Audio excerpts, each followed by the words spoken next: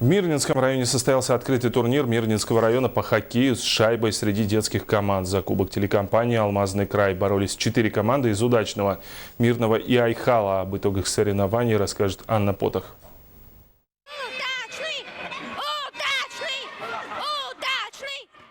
3 дня юные хоккеисты из Удачного, Мирного и Айхала боролись за кубок телерадиокомпании «Алмазный край». Мише Выдрину всего 8 лет, но скользил по льду он даже лучше взрослых.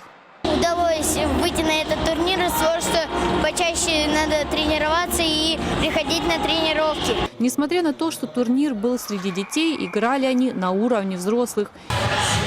Я так рад сегодняшнему празднику, просто до слез. Впечатление хорошее, у меня там играет брат, поэтому мы очень сильно болеем за него. По итогам 6 игр 3-е место присвоили хоккеистам из поселка Айхал. Вторыми стали спортсмены команды «Мирный-1».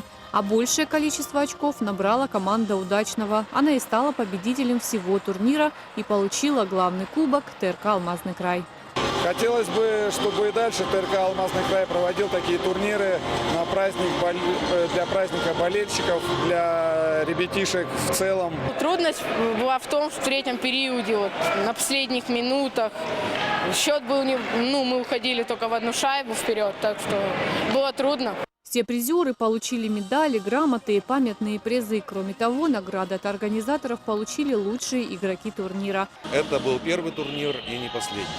Ну, я думаю, что где он произойдет, мы этим начнем заниматься позже. Организаторы решили провести турнир по хоккею не случайно. Именно этот вид спорта сейчас активно популяризируется и развивается не только в Мирнинском районе, но и во всей России. А подобные соревнования позволят привлечь в ряды ледовых спортсменов еще больше новых лиц.